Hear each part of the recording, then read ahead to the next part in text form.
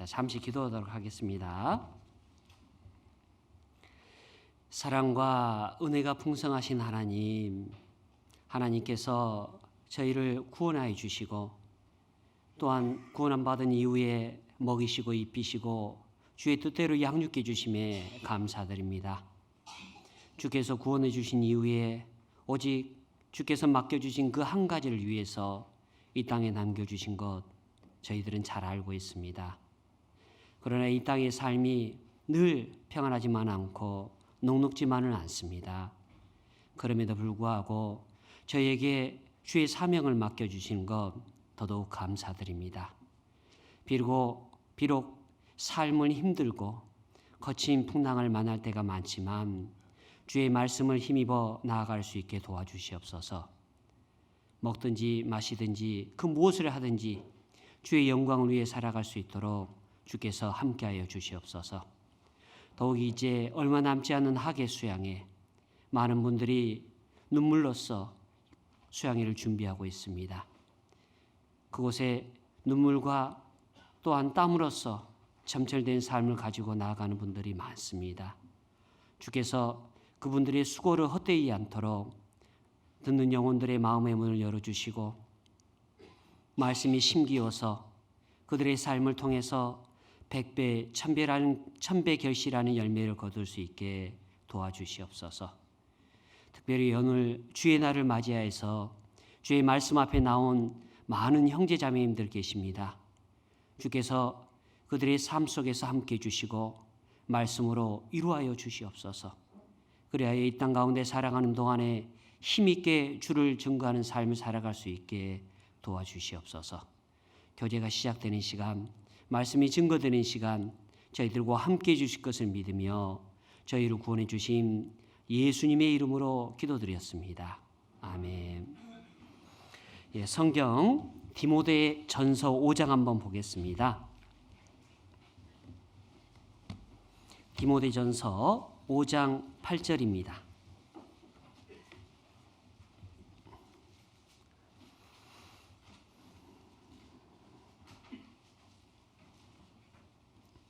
디모데전서 5장 8절입니다. 성경 찾으셨으면 함께 읽어보도록 하겠습니다.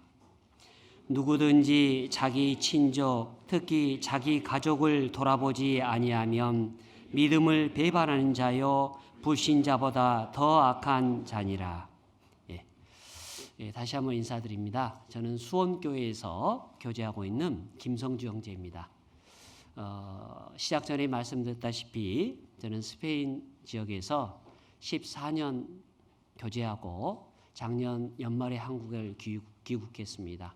그래서 많은 분들이 저를 잘 아시지 못할 거라는 생각이 듭니다. 또 개인적으로는 한국에 있을 때도 이 대구 지역을 내려올 일이 없었거든요.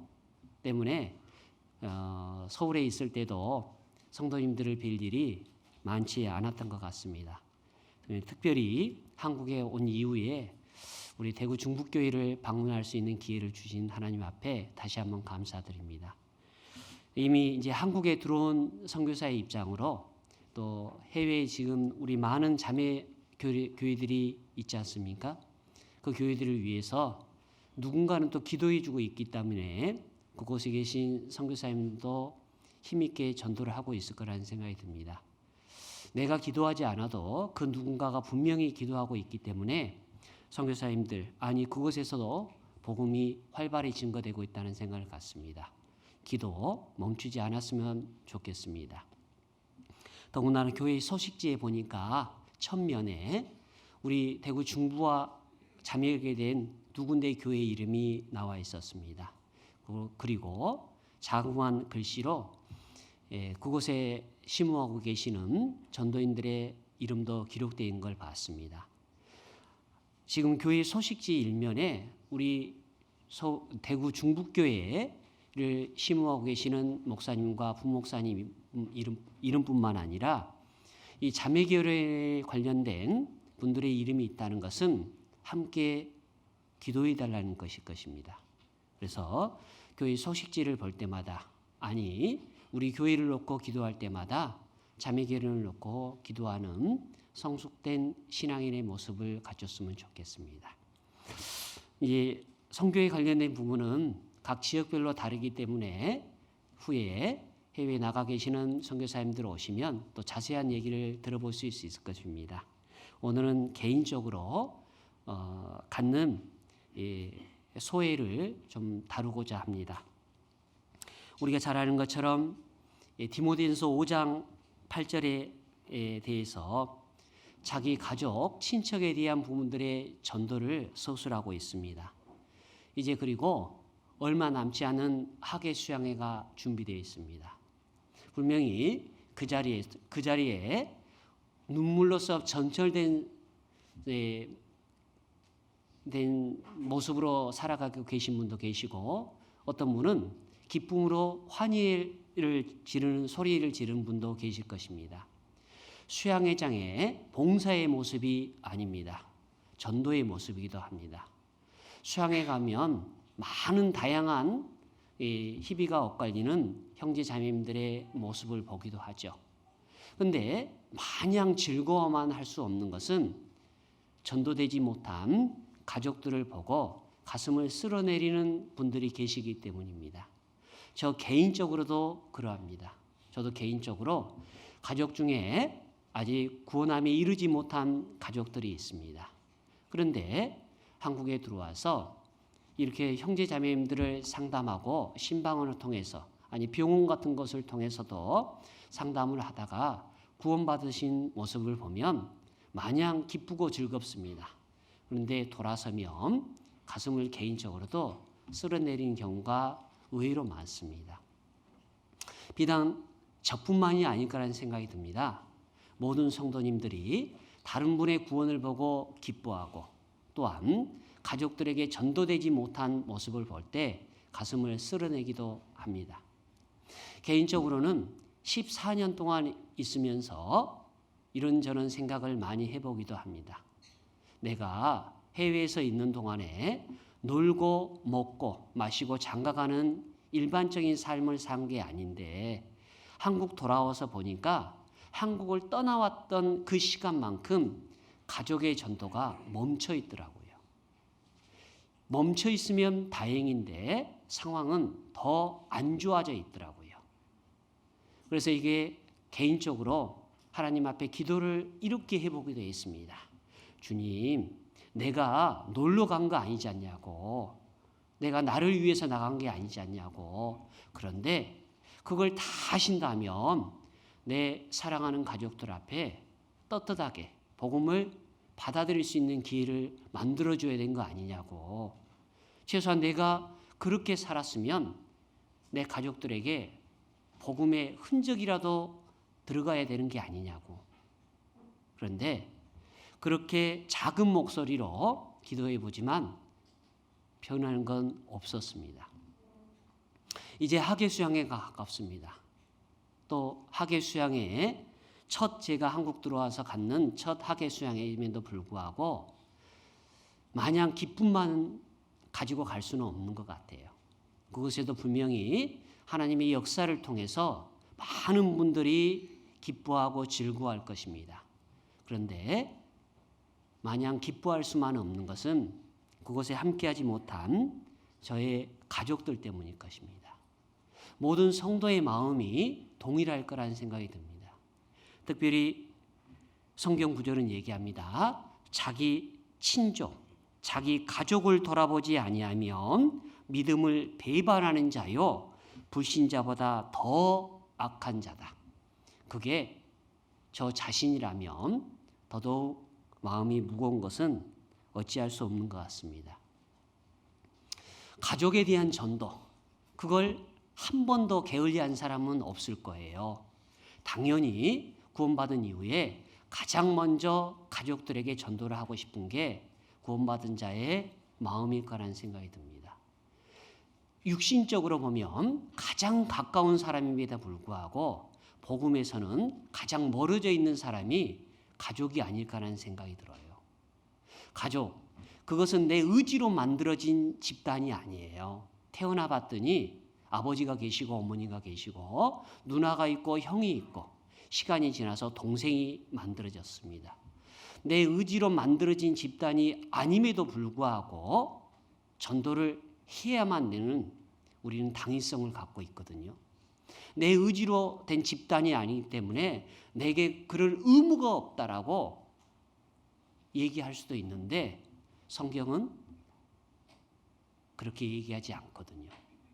전도를 해야 대한 당위성을 가족이기 때문에 피할 수가 없는 겁니다. 그런데 가족에 대한 전도는 늘 부담감으로 남아요. 왜 부담감으로 남을까? 이 가족에 대한 전도가 때론 두렵고 떨리기도 하고 또는 어색하고 불편하기도 합니다. 또한 거절에 대한 염려와 두려움도 가지고 있고 제일 어려운 이유가 뭘까를 생각해 봤더니 가족은 나의 탄생부터 그리고 현재의 모습까지를 적나라하게 알고 있는 거예요. 과거에 내가 어떠한 삶을 살았고 지금 어떠한 삶을 살아가고 있는지를 다른 사람에게는 옷을 입고 가식적인 삶을 살 수 있어도 가족은 정확하게 나를 알고 있기 때문에 그들 앞에 내가 가진 복음을 전달하는 게 쉽지만은 않습니다. 저만이 그런 마음을 갖고 있을까요? 아마 성경에 나와 있는 많은 사람들도 동일한 가정 상황을 경험했을 거라는 생각이 들어요. 성경은 가족들의 운명을 알고 있고 또 구원받지 못한 자의 운명을 알고 있기 때문에 전도회를 꼭 해야만 되는 당위성을 얘기하고 있어요. 더군다나 우리가 잘 아는 것처럼 누가복음 16장에 나와 있는 부자와 거지 나사로의 얘기를 잘 알고 있습니다. 부자도 자기를 위한 소망이 하나 있었어요.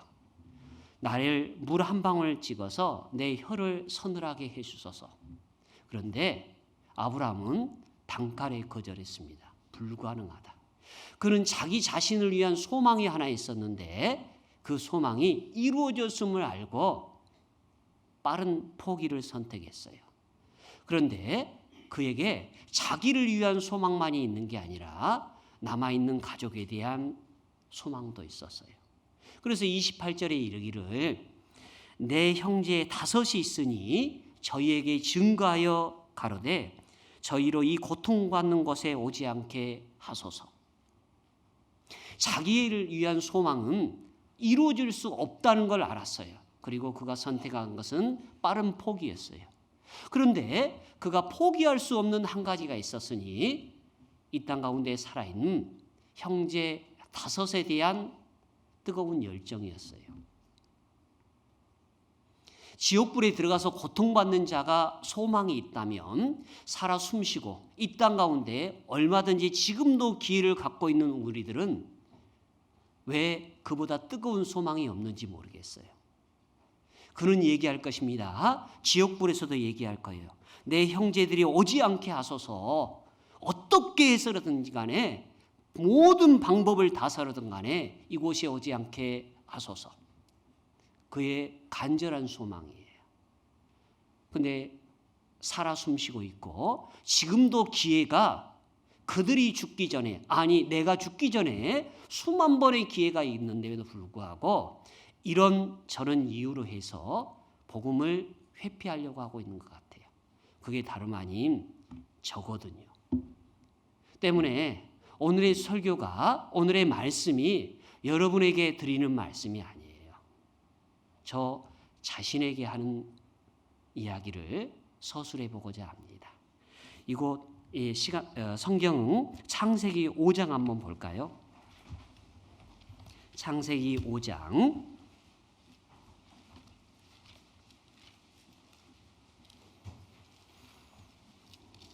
21절로 26절까지입니다.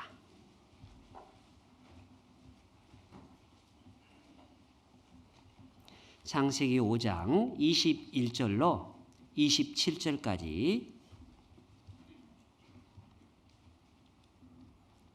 21절로 27절까지를 함께 한번 해보겠습니다. 에녹은 65세에 무드셀라를 낳았고 무드셀라를 낳은 후 300년을 하나님과 동행하며 자녀를 낳았으며 그가 365세를 향수하였더라.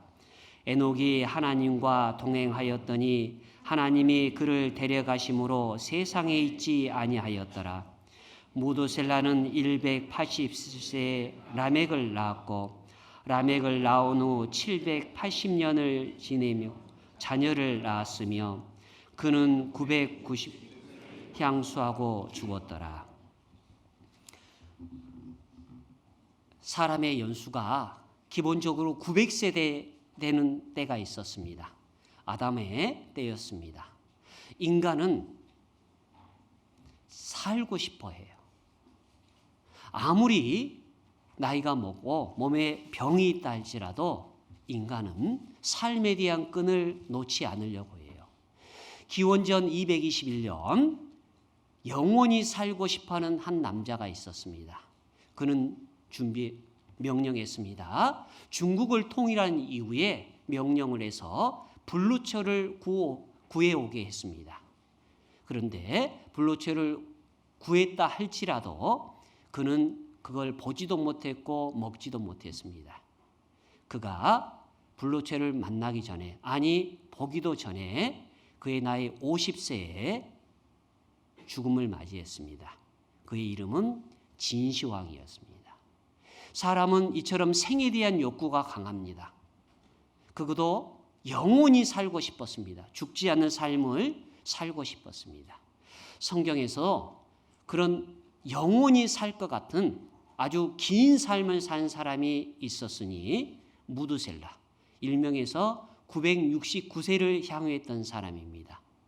아담의 때에 평균 900세의 수명을 가진 때에 그는 969세를 살았어요.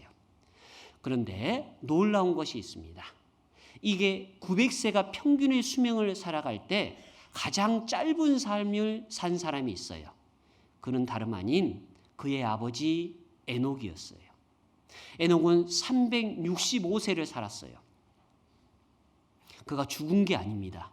산채로 들림을 받았죠. 그래서 평균 900세의 연수를 살아간 때에 가장 짧은 삶을 산 사람이 에녹이고 공교롭게도 가장 긴 수명을 산 사람이 그의 아들 무드셀라예요. 무드셀라. 에녹은 인류 최초의 사람 아담의 손자입니다.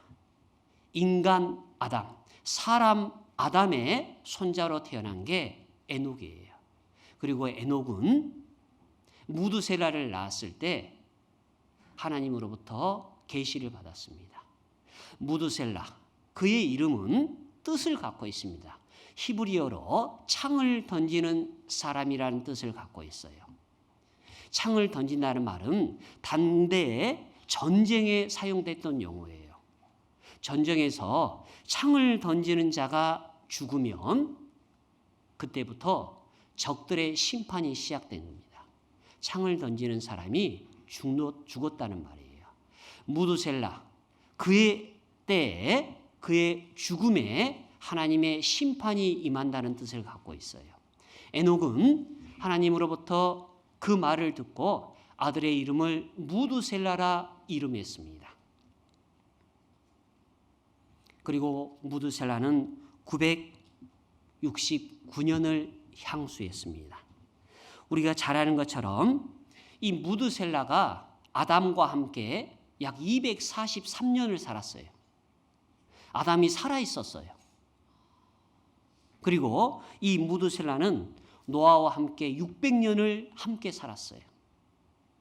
무드셀라의 아들이 라멕이고 그 라멕의 아들이 노아예요. 그런데 딱 그 중간에 아담과 함께 243년을 살았고 노아와 함께 600년을 살았던 사람입니다. 그리고 그는 아버지 에녹으로 통해서 자기의 이름의 뜻을 알았을 거예요. 아들아, 무드셀라야, 내 이름이 창을 던지는 사람이란다. 그게 무슨 말이냐면 너의 죽음과 함께 이 땅 가운데 하나님의 심판이 시작된다는 말이란다. 무드셀라는 알았을 것입니다. 그리고 그의 전 삶을 통해서 하나님의 심판이 있다는 것을 전하려고 노력했을 것입니다. 무드셀라가 369세일 때 노아가 태어났어요. 그리고 노아 나이 500세 되던 해에 하나님께서는 노아에게 이 땅을 물로서 심판하겠다는 메시지를 전달했습니다. 즉 무드셀라 나이 869세일 때예요. 그리고 100년 뒤에 방주가 완성되고 그때 홍수가 시작되기 시작했어요. 무드셀라는 자기가 죽고 나면 하나님의 심판이 있다는 것을 아버지를 통해서 전해 들었고 그런 전 삶을 통해서 계속 증거하고 다녔을 거예요. 그리고 그의 손주 노아가 탄생했을 때 그의 나이 369세, 그리고 노아가 메시지를 받은 나이 그의 나이 869세 되는 때 드디어 홍수가 시작된다는 것을 눈으로 목도했어요. 노아는 100년을 방주를 만들었습니다. 뚝딱뚝딱. 그의 사랑하는 가족과 함께 방주를 만들었습니다. 그리고 노아는 방주를 만드는 동안에 그의 할아버지 무드셀라는 뭐 했을까요? 그는 노아가 태어나기 전에도 분명히 얘기했을 거예요. 세상 모든 사람에게 얘기했을 거예요. 분명히 하나님께서 이 땅을 심판하실 것입니다. 내 아버지 에녹이 얘기했습니다. 이 땅을 분명히 심판할 때가 온다고. 그리고 그의 날이 869세가 됐을 때 이제 100년만 더 살면 끝나는 그때 자기의 손주 노아가 방주를 만들고 있어요. 그리고 더 힘있게 얘기했을 것입니다. 동네 사람들 제발 얘기 좀 들어보라고. 이제 곧 있으면 방주가 완성되는 그날 하나님의 심판이 임할 거라고. 그는 태어나는 순간, 아니 삶을 얻은 그때부터 지속적으로 하나님의 경고를 전달했을 거예요. 그리고 그 아들 라멕에게도 얘기했을 거예요. 그리고 그의 손자에게도 얘기하고 손자의 자부들에게도 얘기하고 온 동네 사람들에게 얘기를 했을 거예요. 근데 우리가 잘 아는 것처럼 방주에는 몇 명이 탔죠? 8명이. 근데 또 보세요. 노아는 형제가 없었을까요? 있었어요. 방금 보셨잖아요. 노아를 낳은 후에 그의 아버지 라멕은 이 땅 가운데 살아가면서 자녀를 낳았다고 되어 있어요. 근데 외국어식 번역에 보면 자녀들이라는 복수를 쓰고 있어요. 최소 하나 이상의 자녀를 낳은 거예요. 노아에게는 형제가 있었습니다. 그런데 그 형제가 방주에 탄 게 아니에요. 그의 아버지가 자녀를 하나만 노아만 낳은 게 아니에요. 그런데 그의 아버지도 가만히 있었을까요? 계속해서 얘기했을 거예요. 둘째 아들, 셋째 딸, 넷째 아들, 여러 자녀들에게 계속해서 얘기했을 거예요. 아들들아, 딸들아, 내 큰오빠, 큰형이 노아가 하나님으로부터 메시지를 받았다. 그리고 방주를 만들고 있지 않냐.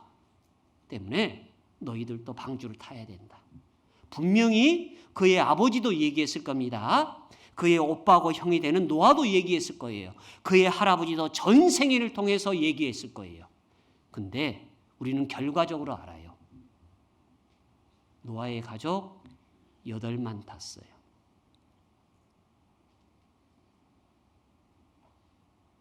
우리가 노아의 믿음을 얘기하기도 합니다. 노아는 당대의 의인이라고 되어 있습니다. 그 의인인 노아도 자기의 동생과 여동생과 사랑하는 가족들을 태우지를 못했어요. 그의 아버지 라멕은 어떨까요? 라멕은 노아에게만 열심히 하나님의 메시지를 전했을까요? 아닐 거예요. 태어난 그 노아의 동생들에게도 동일하게 메시지를 전했을 거예요. 사랑하는 자녀들아, 내 오빠, 내 형 노아가 방주 만들지 않냐, 보고 있지 않냐. 그럼 너희들은 어떻게 해야 되겠니? 너희들도 준비해야 될 거다. 그런데 우리가 너무나 잘 아는 것처럼 람에게 또 다른 자녀들, 즉 노아의 형제들은 아무도 관심을 갖고 있지 않았어요. 심지어는 구원의 통로가 된 방주를 보고 있음에도 불구하고 아무도 그의 말에 귀를 기울이지 않았어요. 할아버지는 얘기했을 것입니다. 내 이름이 창을 던지는 자다. 내가 죽음을 통해서 이후에 하나님의 심판이 시작될 거다. 아들에게 얘기했습니다. 손자들에게 얘기했을 것입니다. 주변의 모든 사람들에게 얘기했을 거예요. 그런데도 아무도 방주를 타지 않았어요. 람에게 힘이 없었을까요? 그의 아들 무두셀라, 할아버지 무두셀라가 힘이 없었을까요? 노아가 지혜가 없었을까요? 그는 의인이에요. 당대 의인이라고 되어 있습니다. 믿음의 사람입니다. 무두셀라 말하면 입이 아플 사람입니다. 그런데도 가족 전도는 쉬운 게 아니라는 거예요. 우리는 경험적으로 알 수 있습니다. 직장에서 회사 동료를 전도하신 분도 계실 거예요. 이웃을 전도한 분도 계실 거예요. 그들에게 하나님의 메시지를 전달하는 것이 가족 전도보다 훨씬 쉬워요. 우리는 경험을 통해서 알 수 있어요. 무두셀라 그가 전도 안 했을까요? 그의 전생애를 통해서 전도를 하였을 겁니다. 시편 118편에 기록된 것처럼 내가 죽지 않고 살아서 여호와의 행사를 선포하리라고 했습니다. 우리에게 긴 수명을 허락하신 이유가 뭘까요? 무두셀라에게 969세의 삶을 허락한 이유가 뭘까요? 이 땅 가운데 잘 먹고 잘 살기 위해서 허락한 걸까요? 나에게 오늘 또한 생명을 유지하고 보존해 준 이유가 뭘까요? 내 손주들에게 맛있는 음식 사주고 재산을 물려주려고 이 땅 가운데 내 삶을 지금도 허락하는 걸까요? 시편 기자는 얘기합니다. 내가 죽지 않고 살아서 여호와의 행사를 선포하리라. 무두셀라는 생명을 얻은 이후에 자기의 죽음과 함께 하나님의 심판이 시작된다는 걸 알고 전생애를 하나님의 행사를 선포하는 일을 살았을 거예요. 그리고 그가 라멕만 낳은 것도 아니에요. 969년을 살면서 라멕 딱 하나 아들 낳았을까요? 그렇지 않을 거예요. 또 다른 아들들을 낳았을 거예요. 그 아들 라멕은 노아만 낳았을까요? 그렇지 않았을 거예요. 이 3대에게 긴 생명을 허락한 이유가 뭘까요? 잘 먹고 잘 살라고? 그게 아니에요. 그들의 전 삶을 통해서 복음을 전하기를 원했을 거예요. 그런데 놀랍게도 라멕은 또 다른 자녀들을 방주에 태우지 못했어요. 무두셀라는 또 다른 손주들을 방주에 태우지 못했어요. 너무나 가슴 아픈 현실이 아닌가요? 이게 우리의 현실이에요. 제가 말씀드리고자 한 것은 가족 전도가 어렵더라. 그래서 포기하자는 게 아니에요. 무두셀라도 해봤고 라멕도 해봤고 노아도 심지어는 증거했는데 안 됐는데 우리가 무슨 수로 전도하겠습니까? 라고 자조적인 반응을 하기 위해서 하는 게 아니에요. 우리 스스로를 위로하기 위해서 하는 말이 아니에요. 최소한 무두셀라가 안 돼도 라멕이 안 돼도 노아가 안 된다 할지라도 우리는 해야 돼요. 노아가 안 됐으니까 나는 어쩔 수 없다가 아니에요. 그 말을 드리고자 하는 말이 아니에요. 가족 전도의 어려움을 얘기하는 거예요. 그럼에도 불구하고 노아는 안 돼도 라멕은 안 돼도 무두셀라는 안 돼도 우리는 해야 되는 거예요. 부자는 유황불에 들어가 있으면서 뜨거운 물 속에 있으면서 얘기했습니다. 내 형제 5이 있으니 그에게도 소망이 있었어요. 지옥에 들어간 자가 자신을 위한 소망이 아니라 살아있는 가족을 위한 뜨거운 열정을 갖고 있었어요. 무두셀라, 라멕, 노아 그들 자신은 의인이었을 거고 경건한 사람이었을지 모르겠습니다. 그럼에도 불구하고 사랑하는 가족을 방주에 태우지 못했어요. 가족 전도의 어려움을 당위성을 얘기하려고는 하는 게 아니에요. 그걸 회피하려고 하는 건 더더욱 아니에요. 어려움이 있다는 것을 시인하고 있다는 거예요. 그런데 중요한 것은 그들도 안 됐으니까 나도 포기하자가 아니에요. 그들은 안 됐어도 나는 해야 돼요.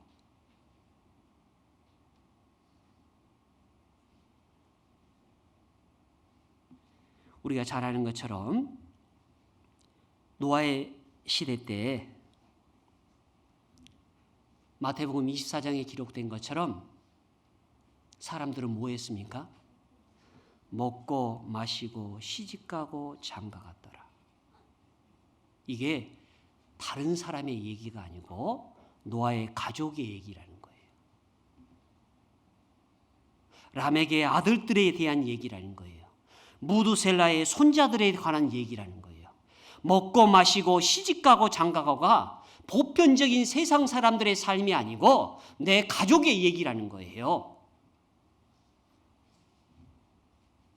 그래서 전도가 어려워. 그들은 얘기했을 겁니다. 형, 노아 형, 참 정신없네. 아니 지금까지 비가 온 적이 없는데 비를 준비한다고? 산속에서 100년 동안 방주를 만들고 있다고? 형, 정신이 있는 거야 없는 거야? 아니 그럴 것 같으면 자녀들을 위해서 뭔가를 더 다른 걸 준비해야 되는 게 아니야? 아니 땅을 좀 더 넓게 산다든가 고급 아파트를 산다든가 좋은 자동차를 산다든가 적금을 들어서 주식을 들어서 그 자녀들에게 증여해야 되는 거 아니야? 그런데 형은 지금 뭐 하는 거야? 산속에서 방주를 뚝딱뚝딱 하고 있다고? 아우 참 그 며느리도 또 고생한다 진짜. 정말 정신없는 시아버지 밑에서 며느리, 아들들 고생한다 진짜. 노아의 형제들은 그렇게 형을 조롱했을 거예요. 노아는 얘기했을 겁니다. 해가 떠 있는 시간에 방주를 만들었을 겁니다. 해가 떨어지면 동생들을 찾아갔을 거예요. 사랑하는 동생들아, 내가 정신이 온전한 사람이다. 분명히 하나님이 심판을 말씀해 주셨다. 방주가 만들어지는 기간이 있고 끝나는 기간이 있다. 그리고 그때는 하나님의 심판이 이루어질 거다. 제발 부탁이니까 방주가 완성되기 전이라도 꼭 좀 타라. 한 번만 믿어봐 달라고. 다른 게 없다고. 나를 위해서가 아니라 너 자신을 위해서 한 번만 믿어달라고. 어떤 형태로든 좋으니까 꼭 한 번만 타보라고. 라멕은 어떻게 됐을까요? 노아의 형제들이니까 자기의 또 다른 아들이니까 계속해서 얘기했을 거예요. 네 형 얘기 좀 들어라. 근데도 다른 형제들은 관심이 없었어요. 이게 남 얘기가 아니에요. 우리 가족 얘기예요. 그게 제 동생 얘기고 제 누이 얘기입니다. 아우 형 얘기 들어봤어. 아유, 알지. 알아. 그래 다음에. 아유 그럴 것 같으면 형 좀 더 조카들 위해서 좀 돈을 좀 번다든가 집을 사준다든가 하지. 형 그런데 에너지 쓰지 마. 우리가 아는 것은 유대 전승 요세푸스의 기록에 보면 무두셀라가 죽던 해에 방주가 떠올랐어요. 홍수가 시작됐어요. 요세푸스 기록에 의하면 무두셀라가 죽고 나서 노아와 그 가족들은 일주일 동안 7일 동안 무두셀라를 기념했답니다. 그리고 무두셀라가 죽고 나서 홍수가 있었어요. 하나님의 심판이 있었어요. 또한 놀라운 것은 무두셀라의 아들 라멕 그리고 노아의 아버지 라멕은 홍수가 일어나기 5년 전에 죽었어요. 둘 다 홍수는 보지 못했습니다. 하나님께서 그들의 생명을 취해 가셨어요. 그리고 이 땅 가운데 심판이 시작됐던 거예요. 하나님께의 심판은 창세전부터 계획되어 있고 그리고 오랫동안 참으시고 기다려 주셨어요. 무드셀라 나이가 969세예요. 우리가 잘 아는 것처럼 베드로전서 3장에 이르기를 하루가 1000년 같고 1000년간이 하루 것처럼 기다리신다. 마치 무드셀라를 보고 하는 말처럼 하고 계셔요. 무드셀라가 거의 1000년 가까이 살았어요. 1000년이 하루 같고 하루가 1000년처럼 기다리시는 주의 인자하심을 그들은 봤어요. 무드셀라는 목도했습니다. 그럼에도 불구하고 자기의 손주들, 아니 사람들을 한 명도 더 태울 수가 없었어요. 이게 얼마나 아이러니한 일입니까? 무드셀라 하나님의 사람입니다. 라멕 하나님의 사람입니다. 노아도 당연하죠. 하나님의 사람이고 의인이라 되어 있고 당대의 의인이라고 성경 구절을 얘기하고 있습니다. 그런 그도 가족들을 태우지 못했어요. 제가 한 2주 전에 성경 구절을 읽고 본문을 쓰고 있었습니다. 그리고 나이 드신 노모에게 저녁 7시경에 전화를 드려봤어요. 근데 전화가 안 돼요. 아니, 무슨 일이지? 어머니가 무슨 일이 있으시나?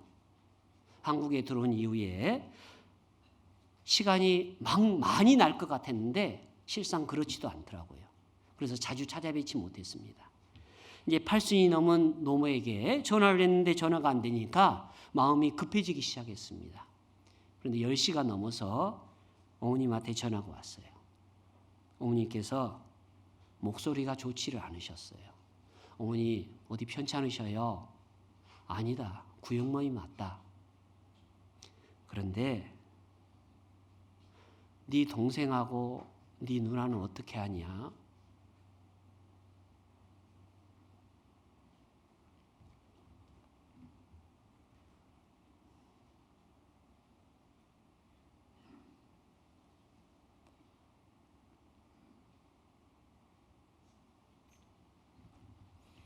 어머님은 관절 수술을 하셨거든요.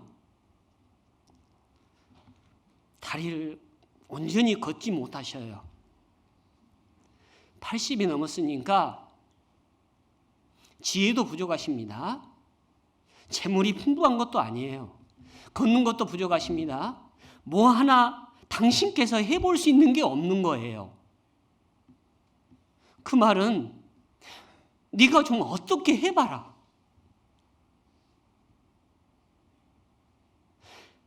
다른 성도에게는 목회일을 하는 전도인이고 선교사의 삶을 살았음에도 불구하고 내 동생, 내 누이한테는 여전히 동생이고 누이더라고요.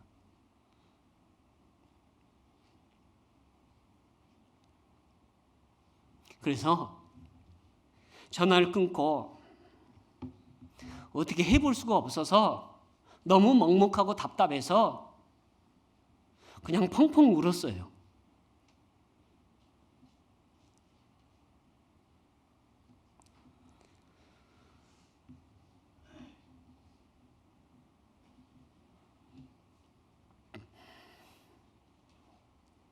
그리고 기도도 해봤습니다. 하나님, 내가 14년 동안 나가 있는 동안에 하나님이 뭐 좀 해주셨으면 좋잖아요. 내 동생 말씀 좀 듣게 해주셨으면 좋겠잖아요. 누나 어떻게 해줬으면 좋았잖아요. 근데 아무것도 안 해줬어요. 차라리 내가 선교사는 안 나가고 한국에 있었다면 14년의 시간을 그냥 헛되이 보내지는 않았을 거라고 자주 섞인 위로도 해봤어요. 원망도 해봤어요. 근데 궁극적으로 그건 내가 해야 될 일이더라고요.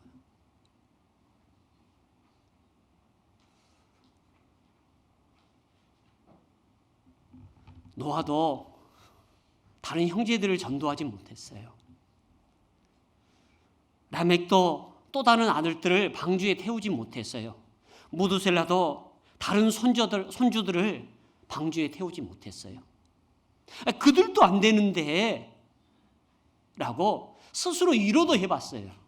근데 위로가 안 돼요. 무두셀라가 안 되고 라멕이 안 되고 노아가 안 됐다고 해서 그냥 위로가 되는 게 아니더라고요. 그들은 안 됐어도 나는 해야 돼요. 나는 노아가 아니고 라멕도 아니고 무두셀라도 아니기 때문에 내 삶이 969세의 삶을 허락하지 않는다 할지라도 70년, 80년의 삶을 허락한다 할지라도 나는 해야 돼요. 이유가 없어요.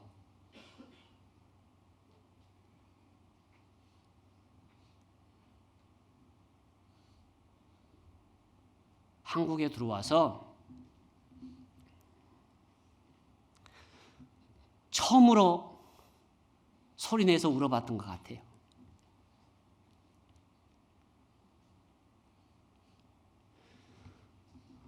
누구에게 내 가족의 전도를 부탁해 볼 수도 없었어요. 한국에 한 번씩 전화할 때마다 어머님께서 누나, 남동생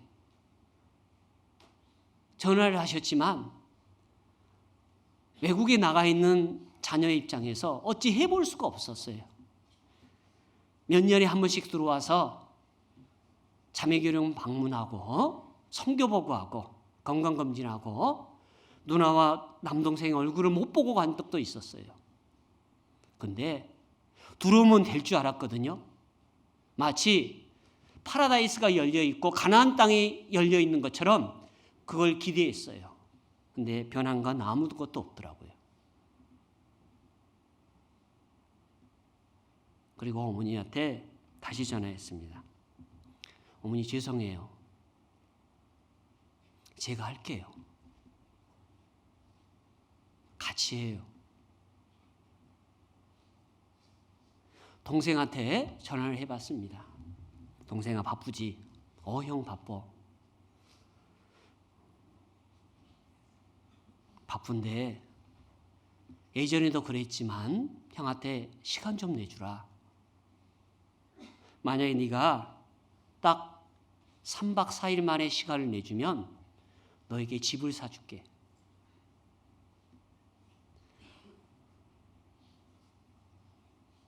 저도 집이 없어요. 근데 듣겠다면 어떤 형태를 취해서라도 네가 원하는 걸 해줄게. 집이 필요하니 집 사줄게. 차가 필요하니 차 사줄게. 뭘 원하니? 3박 4일의 가치가 집을 얻을 수 있다면 해볼 만하지 않겠니? 동생이 얘기했습니다. 형 고마운데 시간이 안 돼. 그러니 더 필요한 거 있으면 얘기해. 아니 하루만이라도 좋으니까 들어보면 집을 사줄게. 나에게 집을 사줄 능력이 있냐라고 물어보면 현실적으로 제로예요. 대출을 할 수 없는 조건이에요. 신용카드 하나를 만들어주지 않는 직종의 일을 하고 있습니다. 그런데 동생이 듣겠다면, 누이가 듣겠다면 더 이상의 것이라도 해줄 수 있겠다는 마음이 들었습니다. 그리고 자매와 교제도 하지 않았습니다. 만약에 자매와 교제한다 할지라도 동일한 답이 나왔을 거라는 생각이 들었기 때문입니다. 집이 한 채가 아니라 두 채, 그것이 강남이라 할지라도 할 수 있을 것 같아요. 내가 세상적으로 대출을 해서 신용불량자가 된다 할지라도 가능할 것 같아요. 그거 못하겠습니까? 충분히 할 마음이 있습니다. 세상을 살아가는 데 있어서 성도에게 목표가 바뀌면, 방향성을 잃어버리면 세상 사람보다 못한 삶을 살게 돼요. 정말로 내 속에 가족 전도에 대한 소망을 갖고 있나요? 때론 세상을 바라보다가 세상으로 가는 분도 계셔요. 그리고 마치 세상 사람보다 못한 것처럼 살아가는 사람도 있어요. 그게 다름 아닌 나 자신일 수도 있다는 거예요. 가족, 그것은 세상적인 표현으로 의무라고도 얘기합니다. 그런데 우리는 늘 얘기해요. 의무라고 생각하면 어깨가 무거워져요. 그런데 그것이 권리라고 생각하면 삶의 방식은 달라져요.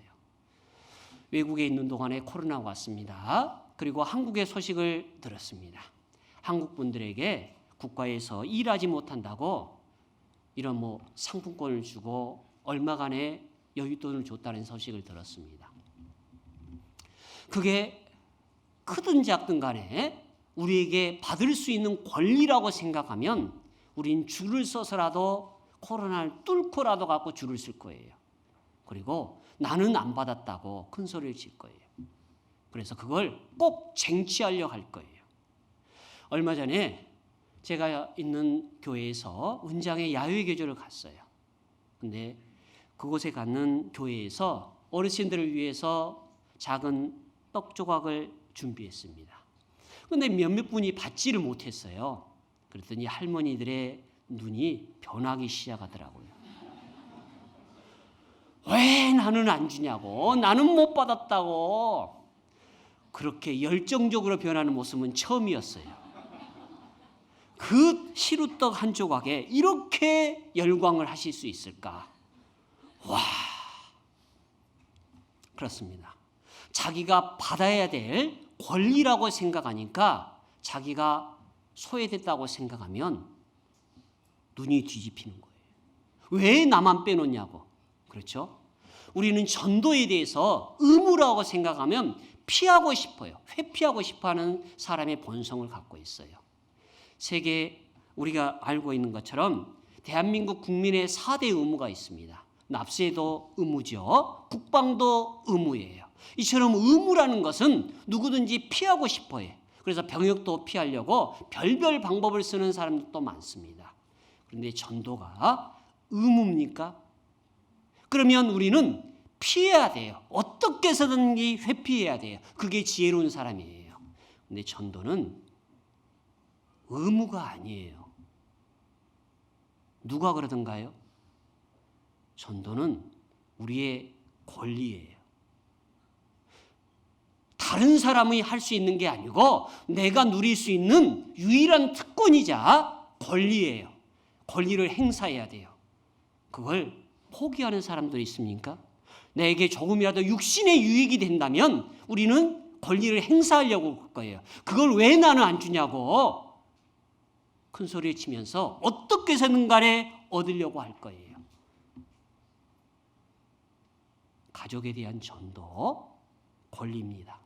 세상 사람에 대한 전도가 의무일 수는 있어도 가족에 대한 전도는 나만이 할 수 있는 권리예요.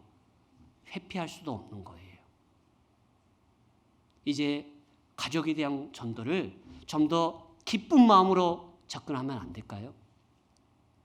그게 세상적인 기준으로 많은 희생이 따를 수는 있어요.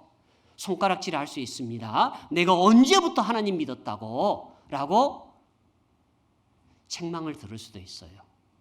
근데 피한다고 피해질 수 있는 게 아니잖아요. 운명이 정해져 있잖아요.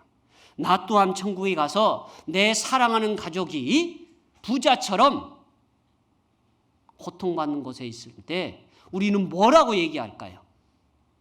천국에 있으면 그냥 나 편했으니까 됐다라고 주저앉으시겠습니까? 내 가족은 저곳에서 고통 중에 있는데 그럴 수 없어요. 나에게 무드셀라처럼 긴 생명은 허락지 않아도 최소 70년, 80년의 삶은 허락했다면 이유가 있는 거예요. 무드셀라는 900년이 넘는 긴 시간을 허락받았고 그 아들 라멕은 777년이라는 삶을 허락받고 노아는 950년의 삶을 허락받았어요. 그 긴 시간을 허락받는 이유 단 한 가지예요. 내가 살아서 여호와의 행사를 선포하는. 그걸 위해서 나에게 오늘의 삶도 주어진 거예요. 그렇다면 당연히 해야 될 일을 해야 되는 거예요. 그게 우리의 권리예요. 분명히 성경은 얘기합니다.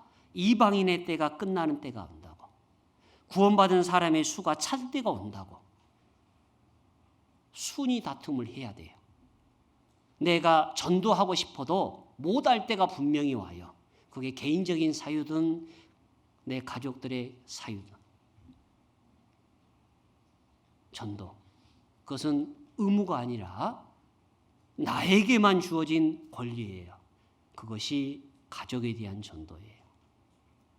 심리학적 용어로 무르두셀라 증후군이라는 게 있습니다.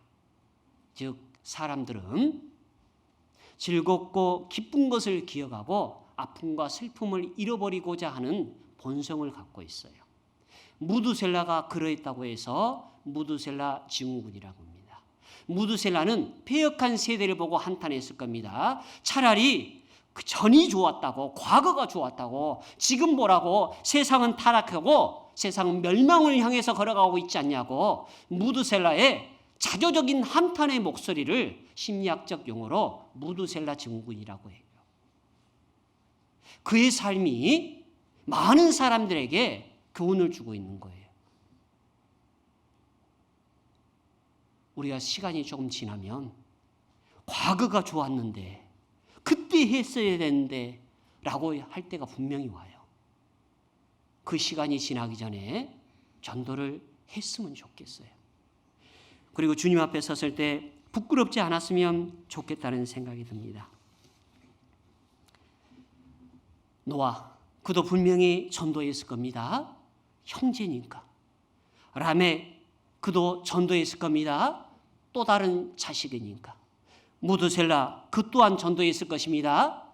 그의 아끼는 손주들이니까. 근데 안 됐어요. 가족에 대한 전도, 그게 그렇게 어려워요. 근데 우리는 해야만 돼요. 포기할 수가 없는 일이잖아요. 세상의 모든 일은 안 된다고 포기할 수는 있어요. 능력 밖의 일이라고 포기할 수 있어요. 근데 이건 능력을 벗어나든 자기가 감당할 수 없는 일이든 해야 되는 일이에요. 세상적으로는 조건을 따져보고 환경을 따져보고 포기할 것은 일찍 포기하는 게 지혜로운 자예요. 근데 이건 포기가 안 되는 일이에요. 내가 포기하면 방법이 없기 때문이에요. 가족에 대한 전도가 저만 그럴까요? 아니에요. 이제 80이 넘은 노모에게서도 구원받아야 될 자식이 있고 그분의 생애 속에서 당신의 또 다른 아들이 구원받는 모습을 볼지 못 볼지도 모르는 삶을 살고 계셔요. 그분에게 10년의 삶이 허락되어 있을까요? 더? 모르겠습니다. 그분께서 90세까지 사신다면 약 10여 년, 그리고 100세까지 산다면 한 20여 년의 시간이 남아있는데 당신의 삶 속에서 자녀가 구원받는 모습을 볼 수 있을까요? 근데 그게 당신이 할 수 있는 일이 아니에요. 그분께서 할 수 있는 것은 기도밖에 없어요. 이미 육신은 너덜너덜해졌거든요. 또한 그가 갖고 계신 것은 모두 이미 자녀에게 다 주고 없어요. 재물도 없고 지적인 것도 없고 능력도 없고 아무것도 가진 게 없어요. 더군다나 그분의 생에서 이걸 볼 수 있을지 없을지도 몰라요. 그러면 그 일은 제가 해야 될 일이에요. 근데 이걸 자꾸 환경만 탓해야 되는 제 자신이 싫을 때도 있어요. 해봤잖아. 분명히 해봤잖아. 20년 전에도 했어. 동생 데리고 수양회도 갔어. 근데 안 됐잖아. 결혼하기 전에도 해봤고 결혼 후에도 해봤잖아. 조카들한테도 해봤잖아. 안 됐잖아. 그렇게 스스로 이루하고 핑계를 냈던 것 같아요. 근데 노마가 나이 드신 만큼 저도 나이를 먹어가요. 그리고 동생도 나이를 먹어가고 누이도 나이를 먹어가고 육신적으로 보면 살아왔던 시간보다는 이제 살 날이 더 짧아요. 시간이 많지 않아요. 어떻게 해서든 간에 환경을 탓할 수 없기에 전도를 해야만 되는 상황인 거예요. 노아, 그는 의인이었습니다. 당대의 의인이었더라. 그를 가리켜 지칭한 말이에요. 근데 그도 가족에게 전도하는 게 쉽지만은 않았던 거예요. 성경 베드로 전서 한번 보겠습니다. 베드로 전서 3장 한번 보겠습니다.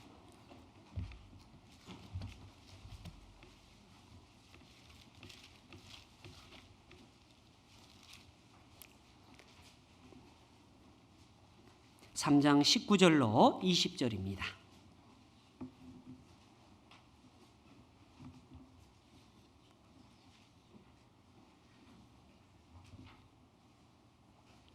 (19절로 20절) 함께 보겠습니다.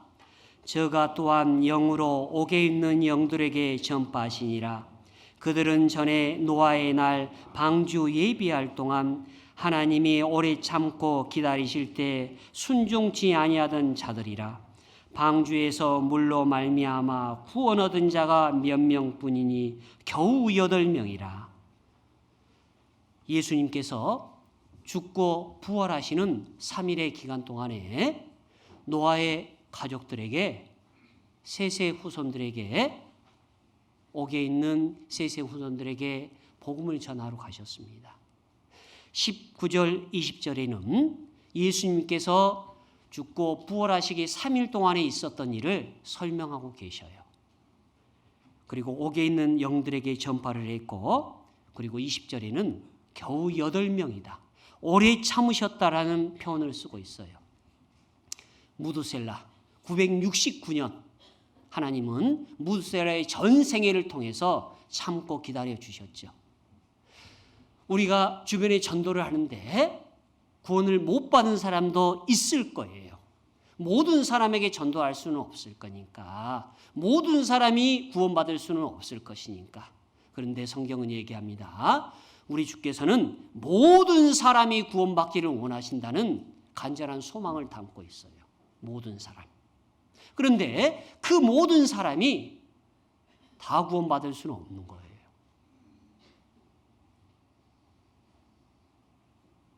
보십시오. 그들에게 기회가 없었습니까? 무두셀라의 전생에 969년을 통해서 있었고, 그의 아들 라멕 777년의 삶을 통해서도 있었고, 노아 그의 600세에 해되던 해에 홍수가 있었으니 600년의 삶 속에서 기회가 있었어요. 근데도 그들은 얘기합니다. 기회가 없었다고, 시간이 없었다고. 만약에 그들의 말이 맞다면, 그들의 말이 당위성을 가지려면 무두셀라는 빠른 죽음을 선택했어야 돼요. 라멕은 홍수와 관계없이 죽었어야 돼요. 중요한 건 그들에게 시간이 부족해서 말씀을 안 들은 게 아니에요. 만약에 그들에게 시간이 부족해서 말씀을 안 들었다면 무두셀라를 1000년이 넘게 살게 하셨을 거고, 라멕을 1000년이 넘게, 아니 노아의 방주를 그의 때 600세 되던 해에 심판이 하는 게 아니라 1000년이 넘는 나이 속에서 심판을 하셨을 거예요. 그들에게 시간이 부족했던 게 아니에요. 기회가 부족했던 게 아니에요. 그들은 눈으로 보고 방주를 목도하는 삶을 살았어요. 기회가 없었던 게 아니고 시간도 부족했던 게 아니에요. 그리고 그들은 핑계 삼아 얘기합니다. 시간이 없다고. 정말 시간이 없을까요? 자기 자신에 위해서는 그렇게 시간이 많아요. 저도 외국 땅에 있는 동안에 동생의 카톡을 볼 때가 있었어요. 근데 보니까 일본에 가 있어요. 24시간 365일 일한 게 아니더라고요. 그렇게 바쁘다고 얘기했는데 일본에 가서 사진을 찍어서 올렸더라고요. 그래서 깜짝 놀랐어요. 아니 그렇게 시간이 없다는데 어떻게 일본까지 출장을 갔지?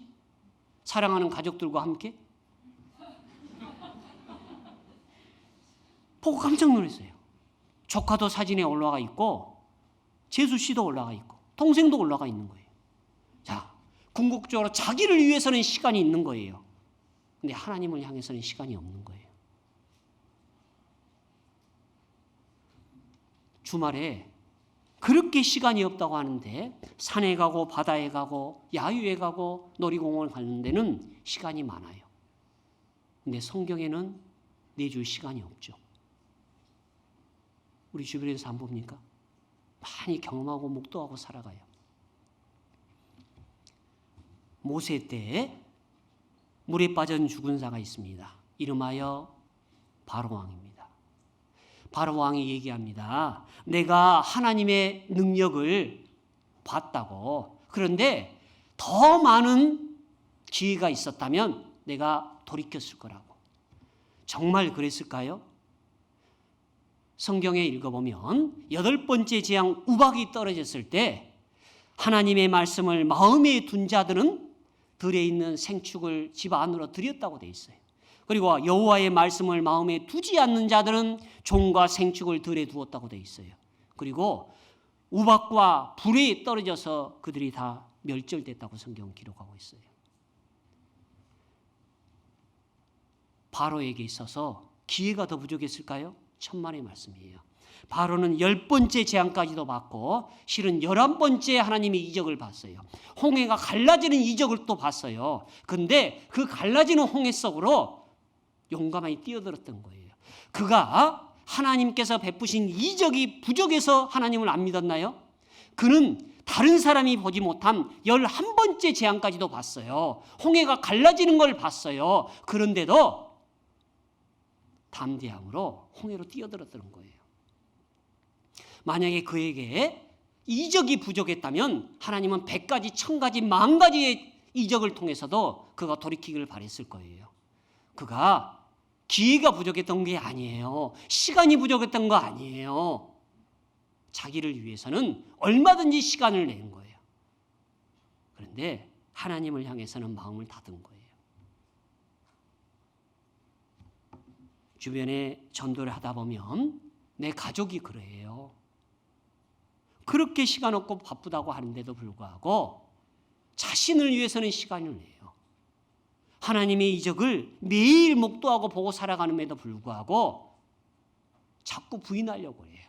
우연의 일치라고. 우연히 반복되면 필연이라는 걸 알아야 되는데 자기가 살아가는 일에 대해서는 필연이면서 하나님이 하시는 일에 대해서는 우연히 자꾸만 반복된다고 얘기하죠. 뭘 해도 우연이에요. 답답하기 짝이 없죠. 가슴이 먹먹해지는 것. 왜 그럴까요? 정말 쉽지 않아요. 우리 주님께서는 셋의 후손들을 심판하셨습니다. 셋의 후손들에게 죽고 부활하시기 3일 동안에 셋의 후손들에게 옥에 있는 세 개의 후손들에게 복음을 전하러 가셨어요. 그런데 물로서 심판해서 죽은 사람이 셋의 후손만 있는 게 아니에요. 가인의 후손도 있다는 거예요. 하나님의 아들들과 사람의 딸이 섞였어요. 하나님의 아들들 셋의 후손이고 사람의 딸들 가인의 후손이에요. 셋의 후손은 노아가 방주를 만드는 것도 봤어요. 그들이 하나님의 역사를 아는 사람들이에요. 그럼에도 불구하고 하나님이 없는 삶을 살아가는 가인의 후손처럼 살아갔던 거예요. 징계로서 그들이 죽은 거예요. 신앙 가운데 아직 교회 안으로 들어오지 못한 이들도 있습니다. 그들은 구원은 받았다고 하면서 세상처럼 살아가요. 그런데 우리 주변에 심판이 오면 가인의 후손 같은 사람도 있어요. 하나님께서는 홍수를 통해서 셋의 후손들에게도 심판하셨고 가인의 후손들에게도 심판을 하셨어요. 예외가 있을 수 없는 거예요. 그런데 셋의 후손은 징계로 죽은 거예요. 가인의 후손들은 하나님을 받아들이지 않아서 죽은 거예요. 우리 가족들 중에도 구원은 받았다고 하면서 교제 안에 안 들어오신 분도 계셔요. 자기를 위해서 살아가는 삶을 살아가는 분들이 많죠. 그들에게도 하나님께서 심판을 피할 수가 없다는 거예요. 분명 주님 앞에 가면 벌거벗은 모습으로 쓸 거예요. 아무것도 취하지 못한 불 가운데 얻은 구원의 모습으로 쓸 거예요. 자기를 위한 아무런 영광과 기업이 없을 거예요. 부끄러움으로 첨철된 상을 받을 거예요. 그런데 가인의 후손도 있다는 거예요. 혹 내 사랑하는 가족 중에 가인이 있지 않습니까? 내 동생과 내 누이가 가인의 후손은 아닙니까? 심판을 피할 수가 없는 거예요. 이를 어찌하면 좋을까요? 우리에게 주어진 시간이 한정되어 있어요. 그게 우리 개인의 삶을 아무도 알 수 없는 거예요. 젊다고 내일의 삶이 피해갈 수 있는 것도 아니고 나이 먹었다고 해서 연수가 있다고 해서 빨리 죽는 것도 아니에요. 아무도 내일을 알 수 없어요. 알 수 없게 해놓은 것은 오늘을 내 삶의 마지막처럼 살아가라는 거예요. 우리는 근데 자꾸 내일을 계획해요. 내일은 뭐 해야 되겠다. 맛있는 거 먹으러 가고 누구 집을 방문하고 뭘 보러 가고 뭘 사고 자꾸 내일이 있는 사람처럼 살아가요. 그게 아니에요. 오늘이 내 삶의 마지막이라고 생각하고 내일이 없는 사람처럼 살아가는 게 성도의 삶인 거예요. 그런데 자꾸 내일을 꿈꿔요. 아니 내일을 지나서 더 나은 미래를 꿈꾸고 살아가는 사람도 많죠. 아파트 분양해 놨는데 1년 뒤에 2년 뒤에 입주하잖아. 네, 그래서 바빠. 내 동생은 죽어가고 있는데 내 누이는 죽어가고 있는데 사경을 헤매고 있는데 그게 될까요? 시간이 없어요. 저만 그런가요? 저는 개인적으로 아무도 도와줄 사람이 없어요. 그래서 나만 마음이 촉급한가요? 어머니가 구원을 받았다고 해서 어머니가 도와줄 수 있는 것도 아니고 이미 구원을 받고 소청하신 아버님이 도와줄 수 있는 것도 아니고 아무도 도와줄 사람이 없어요. 저만 촉급하고 분주한가요? 마음이 답답한가요? 우리 가족 중에 다른 가족이 구원받았으니까 여유롭나요? 그 가족이 또 다른 가족을 전도하면 된가요? 그게 내 일이 아니어서 여유롭습니까? 아니에요. 나에게 내일은 있을지 없을지 몰라요. 내 부모에게, 내 동생에게, 내 누이에게 내일이 있을지 없을지 몰라요. 시간이 많지 않아요. 그래서 해야만 돼요. 그게 우리의 권리예요. 의무가 아니에요. 꼭 해야만 돼요.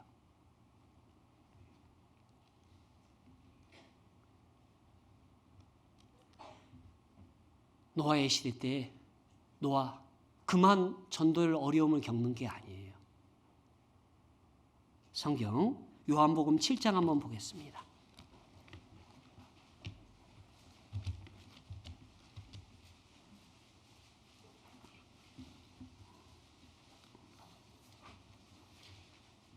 요한복음 7장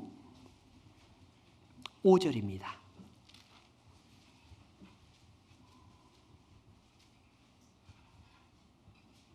요한복음 7장 5절 함께 보겠습니다. 이는 그 형제들이라도 예수를 믿지 아니함이러라. 우리 주님, 예수님도 가족 전도가 쉽지 않았음을 성경 구절을 통해서 잠시 생각해 볼 수 있는 시간을 가졌습니다. 예수님의 가족들, 예수님은 30여 년 동안 33년의 삶을 짧은 삶을 사셨어요. 그리고 분명 예수님의 형제들도 있었어요. 그런데 성경이 끝나는 데에는 그의 형제들이 주의 일꾼으로서 쓰임받은 모습이 성경에 등장을 해요. 그런데 예수님의 동생들의 입장에서 한번 생각해 보자고요. 예수님의 동생 야고보라고 있습니다. 그는 초대교회 에루살렘 교회에 기둥 같은 형제 야고보라고 되어 있어요. 갈라디아서에만 그의 이름이 3번 등장하고 사도행전에만 2번 등장해요. 예루살렘 교회에 기둥이 되어 있는 야고보, 그도 처음에는 형을 믿지를 않았어요. 여기 5절에 그 형제들이라도 동생이 있었습니다. 그 중에 하나가 야고보일 거예요. 야고보가 왜 형을 안 믿었을까요? 보셔요. 어제까지만 해도 현대식으로 풀면 같이 구슬치기 하고 자치기 하던 형이에요. 근데 그 형이 어느 날 메시아래요. 하나님의 아들이래요. 천국을 회개하고 천국을 믿으래요. 그런데 동네 사람들이 더 이상해요. 동네 사람들이 형이 얘기하면 다 받아들이는 거예요. 심지어는 마리아라는 귀신 들린 여인도 형 앞에 무릎 꿇고 귀신이 나가고 예수님 형을 메시아라고 인정해요.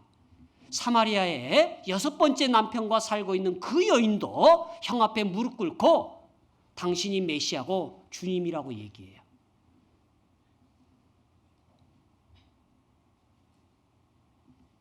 야고보는 어땠을까요? 이해가 안 됐을 거예요. 아니, 어제까지 형하고 구슬치기 했다고, 자치기 했다고, 아니 그게 어떻게 형이 메시아냐고, 말이 되냐고. 다른 사람에게는 주님께서 메시아고 그리스도고 할 수는 있는데 야고보에게는 여전히 형인 거예요. 자기를 어렸을 때 보살펴주고 동네 친구들을 괴롭히면 먼저 나가서 안아주고 보살펴주던 게 그 형이에요. 그런데 그 형이 메시아래요. 내가 아는 형이 아니에요. 이해가 안 됐을 거예요. 아니 무슨 소리 하냐고. 우리 형이 메시아라고? 무슨 말을 해. 형 어제까지 나하고 놀았잖아. 동네 개울가에서 같이 목욕을 했고 형하고 맛있는 것도 먹고 놀러도 가고 형의 직업이 목수잖아. 나무를 깎아서 장난감도 만들어주고 그 형이잖아. 야고보는 쉽지 않았을 거예요. 형에 대해서 너무 잘하는 게 다름 아닌 야고보예요. 성경은 얘기합니다. 그 형제들이라도 예수를 믿지 아니함이로라. 그 형제들이라도라는 말이 그 형제니까 안 믿은 거예요.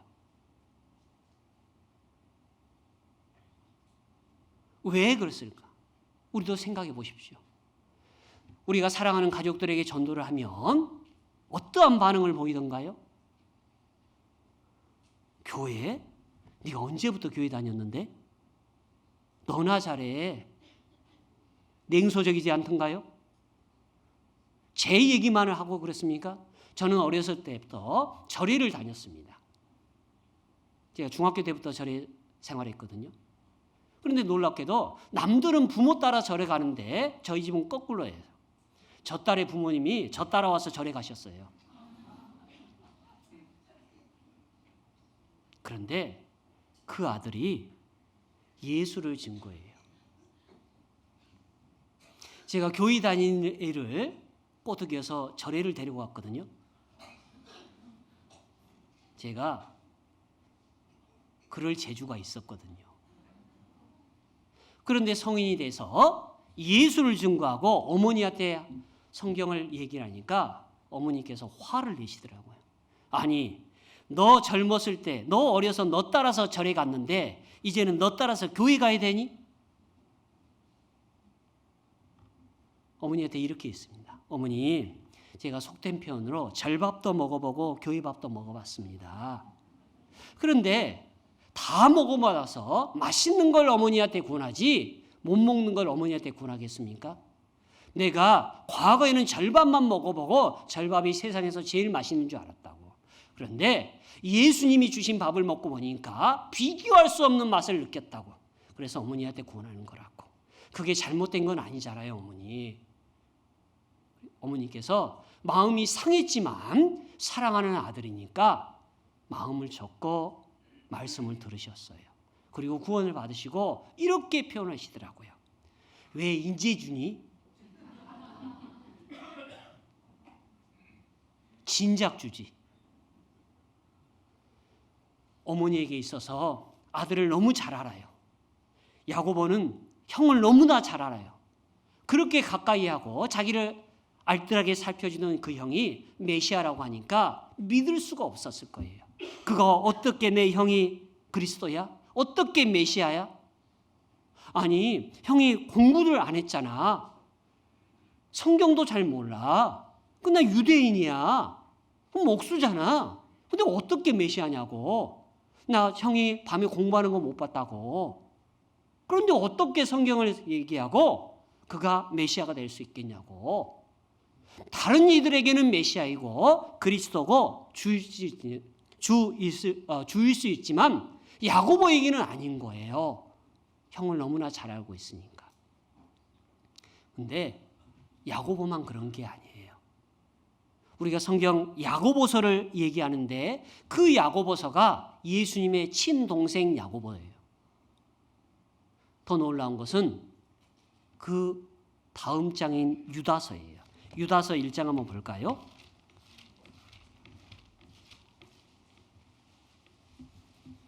(1장 1절입니다)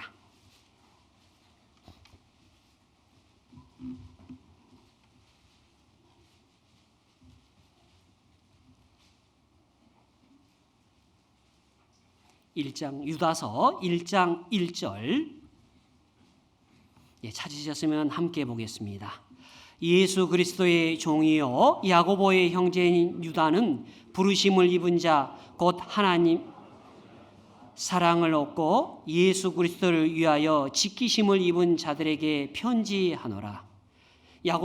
유다는 얘기합니다. 자신을 소개하는데 예수 그리스도의 종이요. 누구나 납득이 되고 설득이 되는 말입니다. 그런데 야고보의 형제인 유다라고 사실을 설명하고 있어요. 즉 예수님의 동생이에요. 야고보의 형제, 예수님의 동생 야고보의 또 다른 형제인 거예요. 야고보도 유다도 예수님이 살아생전에 믿지 않았을 거예요. 그리고 우리가 잘 아는 것처럼 사도행전 1장 14절에 보면 예수님께서 죽고 부활하신 이후에 많은 제자들에게 나타나셨어요. 그곳에 마리아와 예수의 형제들이 함께하다라고 되어 있어요. 마리아, 예수님의 모친이며 그의 형제들, 육신의 형제들이에요. 그곳에 야고보도 있었을 거고 유다도 있었을 거예요. 그는 죽고 부활하신 예수님을 보고 진정 알았을 거예요. 육신으로는 형인데 그가 메시아다고, 육신으로는 형인데 그가 그리스도라고, 내 주라고, 그리고 나는 그의 종이라고. 그리고 그들은 삶이 바뀌었어요. 요세푸스의 기록에 보면 야고보는 길에서 변사체로 발견됐다고 되어 있어요. 유다의 죽음은 기록되지 않지만 그들은 삶이 바뀌었어요. 이제 형이 아니라 그리스도고 메시아고 그들의 주가 됐어요. 그리고 자신을 주의 종이라고 낮춰서 평가하고 있어요. 그들은 변화되기 시작됐어요. 부활하신 주님을 보고 삶이 바뀌었어요. 우리에게도 분명 소망이 있습니다. 꿈이 있습니다. 분명 그렇게 해주실 것을 믿습니다. 내 사랑하는 가족들에게. 내가 먼저 주님 앞에 갈 수도 있고 주님이 먼저 오실 수도 있어요. 그런데 내가 죽고 없는 사이에 우리 주님의 선한 능력이 내 동생, 내 누이에게 미칠 거라는 확신은 있어요. 그런데 할 수 있으면 내가 살아생전에 그걸 보고 싶을 뿐이에요. 성경 고린도전서 9장 한번 볼까요?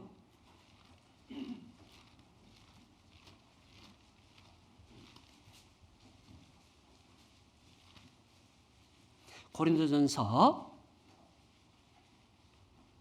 9장 5절입니다.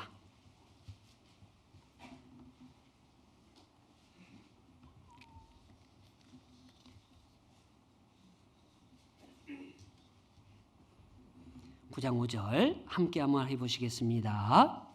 우리가 다른 사도들과 주의 형제들과 게바와 같이 자매된 아내를 데리고 다닐 권이 없겠느냐? 사도 바울은 사도권을 얘기합니다. 내가 주께 부르심을 받은 사도다. 그런데 잘 보라고, 너희가 잘 아는 게바 베드로는 아내와 함께 전도 여행을 떠났다고. 우리는 이 말을 수없이 들어왔습니다. 그런데 그 다음에 주어진 단어가 우리에게 충격을 주고 있는 겁니다. 5절에 우리가 다른 사도들과 이어서 주의 형제들과, 주의 형제들이라는 말이 예수님의 육신의 형제들이에요.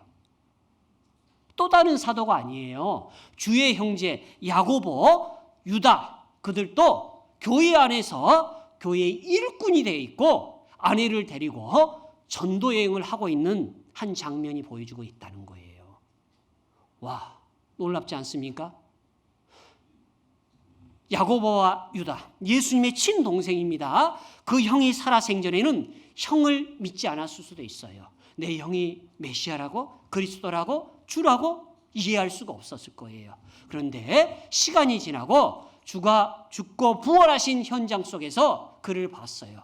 그리고 그들은 역사 속에서 아내와 함께 돌아다니면서 복음을 전달하는 주의 일꾼이 되어 있고 주의 종이 되어 있더라는 거예요. 와, 저 개인적으로도 이게 제가 되었으면 좋겠어요. 아니, 내 사랑하는 가족이 됐으면 좋겠어요. 내 동생이 됐으면 좋겠고 내 누이가 됐으면 좋겠어요. 내가 혹 먼저 주님 앞에 가서 이 땅을 바라볼 때 내 동생과 내 누이가 주의 복음에 함께 협력하는 자가 돼 있었으면 좋겠어요. 아니, 그걸 믿습니다. 그런데 조금 욕심을 부리면 이 땅 가운데서 함께 그 일을 했으면 좋겠어요. 이 땅에서 가족의 전도라는 것이 참 숙제처럼 여겨질 때가 많고 마치 커다란 벽을 바라보고 다가가는 사람처럼 느껴질 때가 많아요. 큰 산을 어떻게 옮기지 고민하고 힘들어할 때가 많아요. 때론 누님과 그리고 매형 앞에 가면 작아지는 제 모습이 싫을 때도 있어요. 입을 꺼내면 또 하나님 얘기하냐고 싫어할 때도 있어요. 근데 또 싫어하는데도 가야 되고 미워하는데도 가야 되고 조롱하는데도 가야 되는 우리가 당연히 해야 될 일이에요.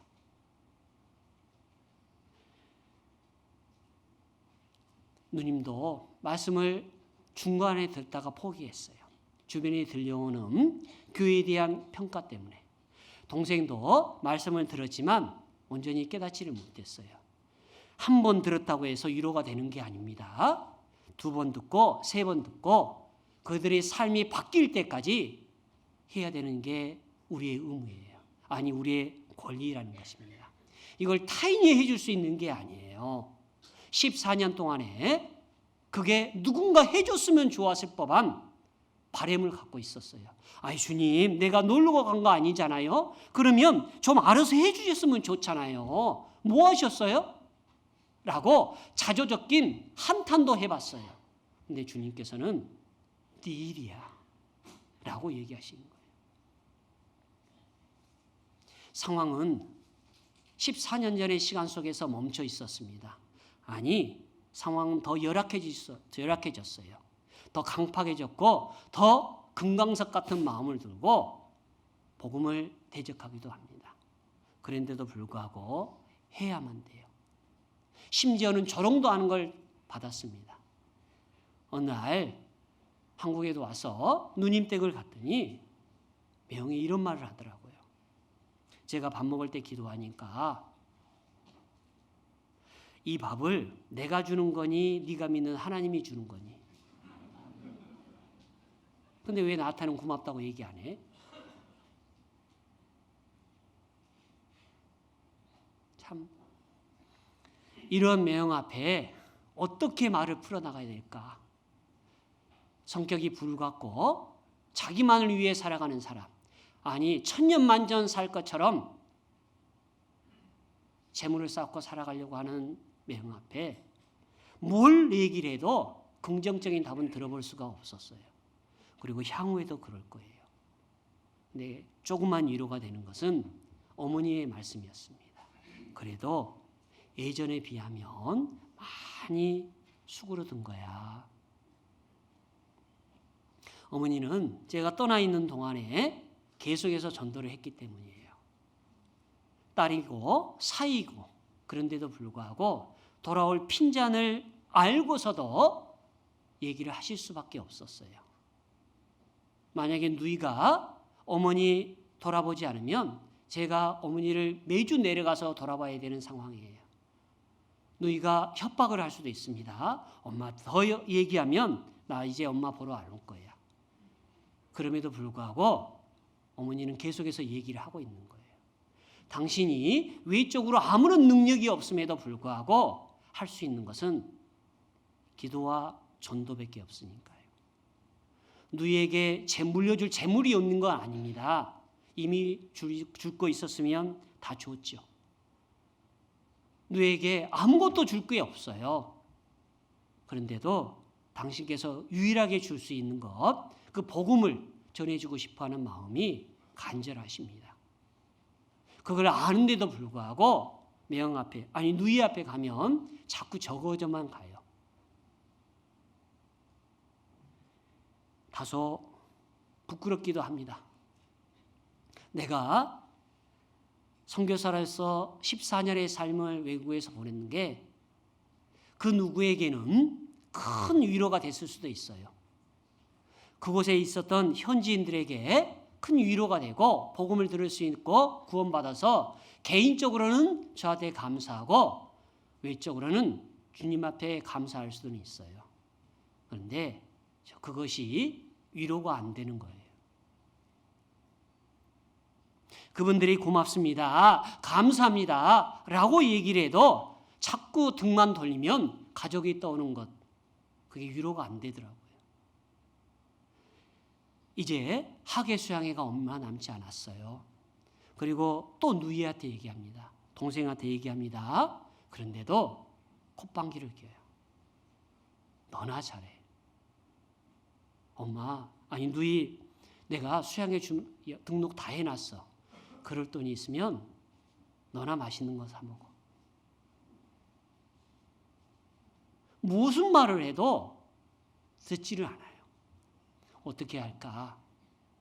그렇다고 내 주변에 있는 다른 전도인을 모시고 갈까? 그분하고 내 누이하고 동생하고 아무 관계이 없는데? 아니, 내 누이가 사는 그 동네에 형제자매가 있다면 그분 모시고 갈까? 어떻게 해야 되지? 다른 분에게 대해서 객관적이고 좀 더 이성적으로 전도하는 법을 알려주기도 해요. 다른 성도가 상담해 오면. 그런데 내 일에 대해서는 객관적이 아니라 주관적으로 변하면서 앞이 깜깜해지기 시작하더라고요. 그런데 결절의 날은 정해져 있어요. 이제 우리에게 1차라는 수양회가 놓여져 있고 7차까지 수양회가 정해져 있어요. 날짜는 모르거나 앞으로 당길 수가 없어요. 내 누이가 준비 안 됐으니까 좀 더 뒤로 밀려고 9월달, 10월달에 해보자고 할 수 있는 게 아니에요. 이제 활의 시인은 당겨져 있어요. 남은 시간은 어떻게 내 사랑하는 조카들과 동생과 누이에게 강구할 것이냐는 거예요. 다시 한번 또 말씀을 들고 나갈 겁니다. 또 하나님의 임마누엘 하나님이 저와 함께 한다는 것도 알아요. 그리고 세상적으로 아무것도 없지만 그들이 원한다면 가진 것, 아니 없는 것도 만들어서 줄 용의가 있어요. 이제 얼마 남지 않은 시간 속에서 한 번 더 용기를 내버려야 합니다. 부족하지만 혹 기회가 되시고 여건이 되시면 부족한 저를 위해서도 기도해 주셨으면 좋겠어요. 오늘의 설교가 여러분들에게 하라고 하는 얘기가 아니에요. 제 자신에게 한 말이고 자주 섞인 제 간증일 뿐입니다. 그게 누구에게 위로받고자, 아니 위로하려고 하는 것도 아니에요. 못난 성도의 간증이라 생각해 주시고 기도해 주셨으면 좋겠어요. 14년의 삶이 헛되지 않을 것을 확신합니다. 그리고 구원의 동생의 구원과 누이의 구원이 나의 때와 나의 방법으로 이루어지지 않을 것도 알아요. 하나님께서 역사하신다면 그것을 이루어졌을 때 다시 이 자리에서 결과를 알려드리겠습니다. 여러분의 기도가 동생의 마음을 움직였습니다. 내 누이의 마음을 움직였습니다. 그래서 감사드립니다라고. 부족하지만 저를 위해서 기도해 주시고 가족의 전도를 위해서 한 번 더 기도해 주신다면 감사드리겠습니다. 기도하고 마치겠습니다. 사랑과 은혜가 풍성하신 하나님, 죄 많은 저희들을 구원해 주시고 이 땅 가운데 단 한 가지의 명을 주셨습니다. 사랑하는 가족들, 그리고 이웃들, 그리고 우리 지인들에게 우리가 받은 소망을 전하는 것입니다. 우리에게 이 땅의 삶을 허락하신 그 이유를 온전히 이루어갈 수 있도록 저희들과 함께하여 주시옵소서. 구원의 하나님이 저희들과 함께 계시고 이제 그 구원의 하나님이 임마누엘의 하나님으로서 저희들과 함께 계시고 능력 주심을 압니다. 온전히 주님을 힘입고 담대히 나아갈 수 있도록 도와주시옵소서. 우리에게 주어진 짧은 시간이 있습니다. 학예 수양에 얼마 남지 않았습니다. 그 남은 시간을 위해서 기도하고 하나님 앞에 더욱 매달릴 수 있는 뜨거운 마음을 허락하여 주시옵소서. 그곳에 주인공이 나의 사랑하는 가족이 될 수 있도록 도와주시옵소서. 그리하여 온전히 주께 영광 드리는 주의 종이 되기를 원합니다. 오늘 가족 전도에 대한 어려움을 잠시 생각해 보았습니다. 우리 스스로에게 전도의 어려움을 핑계 삼기 위함이 아님을 알고 있기에 오늘 또 주께 매달립니다. 도와주시옵소서. 저희를 구원해 주시고 하늘의 소망을 주신 고마우신 우리 주 예수님의 이름으로 기도드렸습니다. 아멘.